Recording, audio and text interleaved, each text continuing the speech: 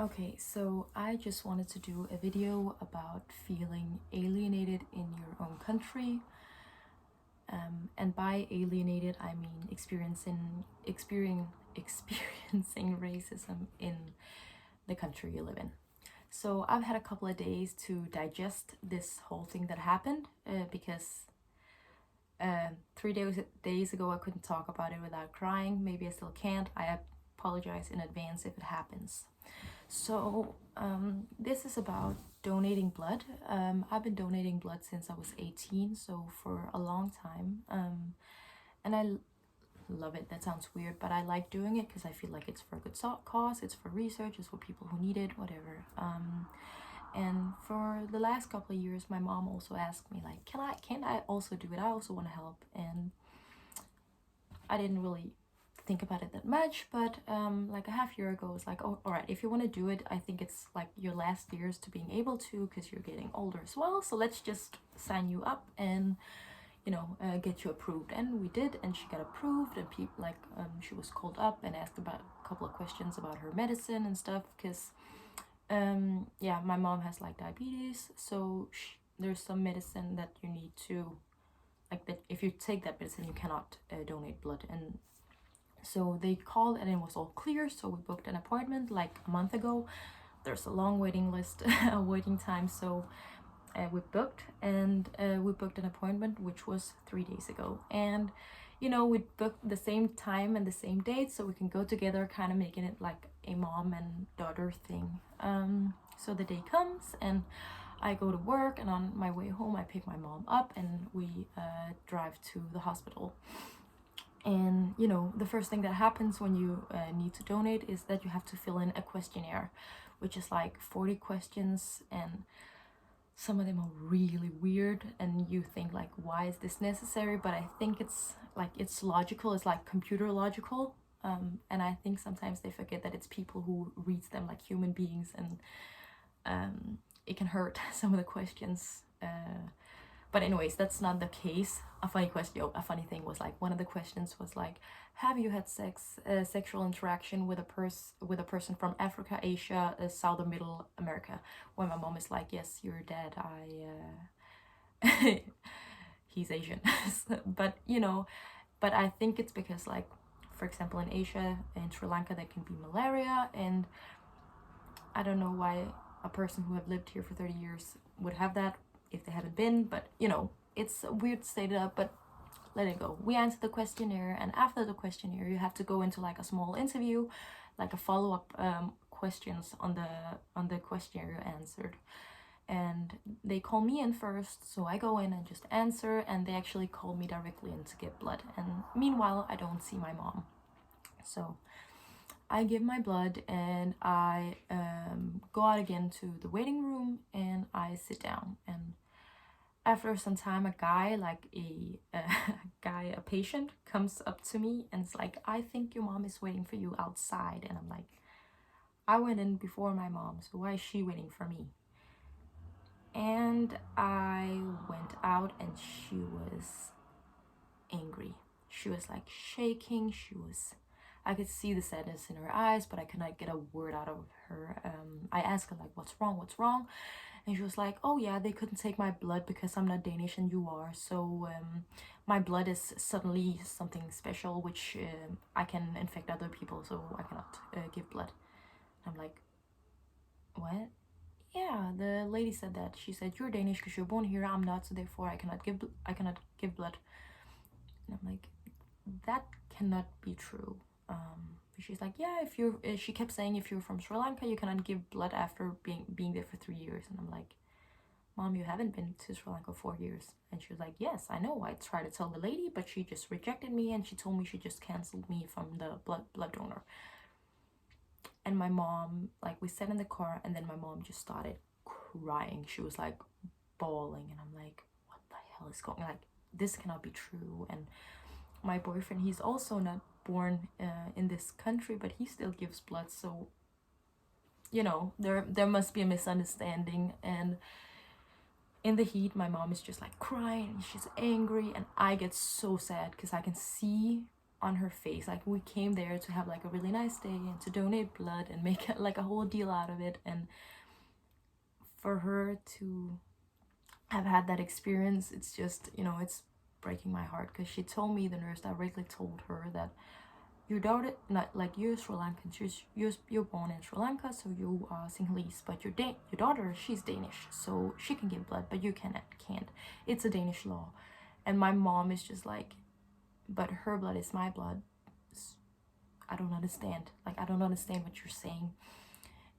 But I dropped my mom off, and immediately I just call like headquarters. I'm like, hi, so my mom is not born in this country. She's been here for 30 years. She has citizenship. She's not sick. She can take all the medicine. Like, the medicine she takes is approved.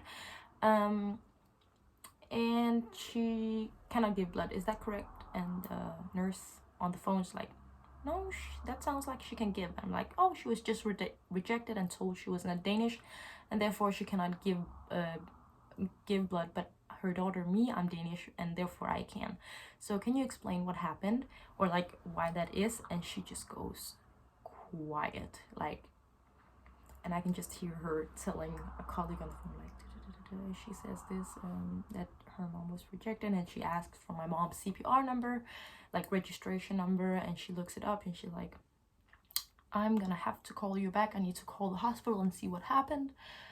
But I'll call you back, I promise. I can hear you're really sad. And at that moment I just started crying. Like, I can still cry now, because that's like the worst thing that to experience, like not be able to help your mom, and when those things happen, because I wasn't there. And I just, yeah, to be told you're not Danish when you're living in a country and you're feeling that way, it's just hurtful. So the woman hangs up, and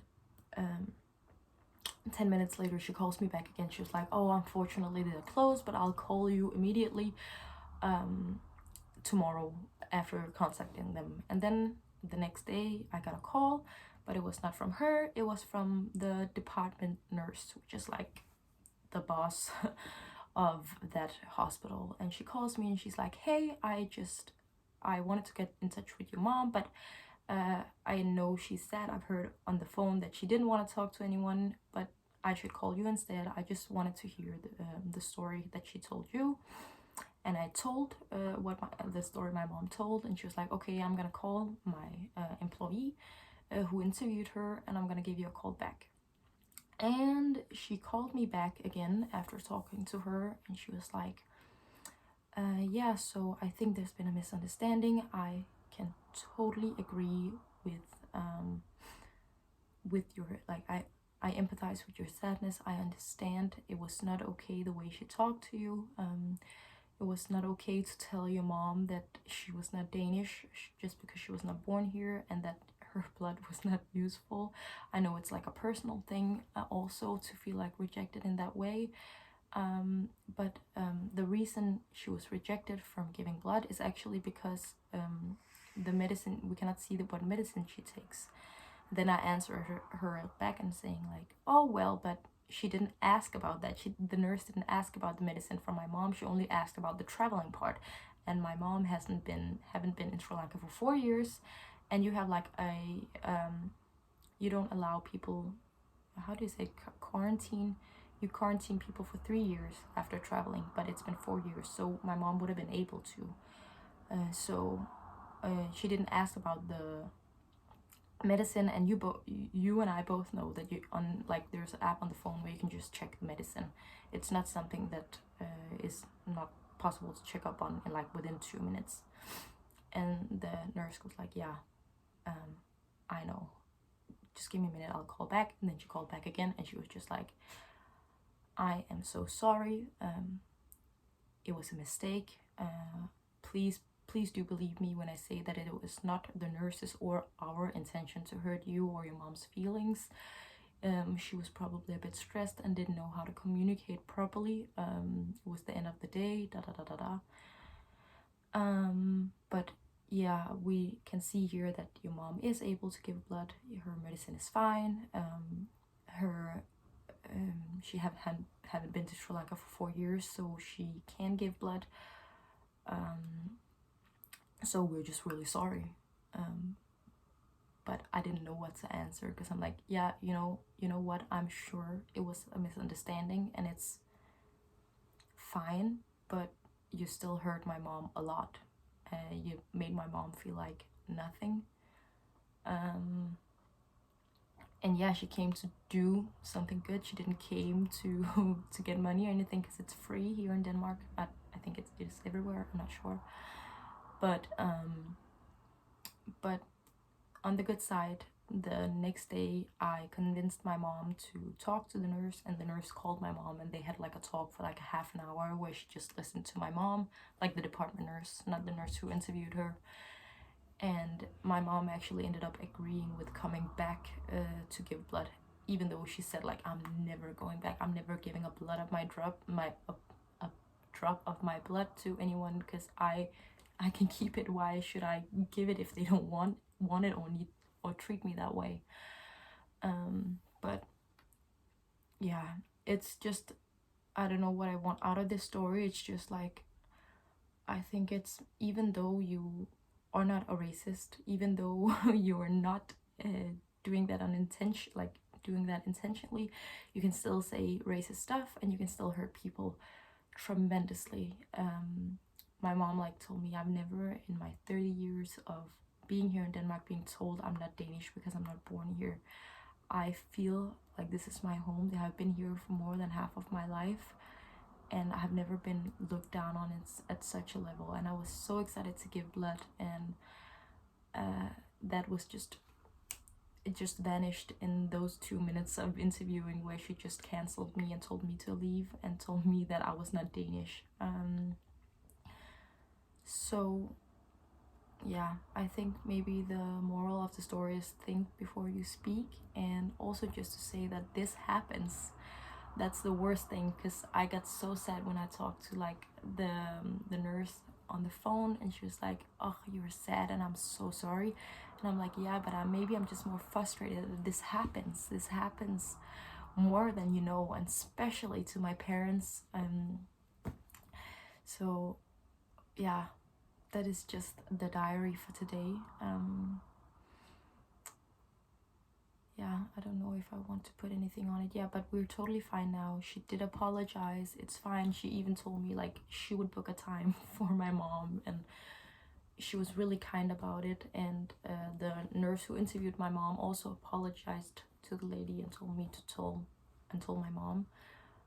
So my mom is okay and I'm okay, but damn, that was a really disgusting and not funny experience to both sit in the car and watch my mom break down like that, and just treat a person nicely, you know. But yeah, I don't have so much to say besides that. Thank you very much for following. If you have any thoughts, comments, anything, further questions, please ask me. But I think, yeah, that's it. Bye.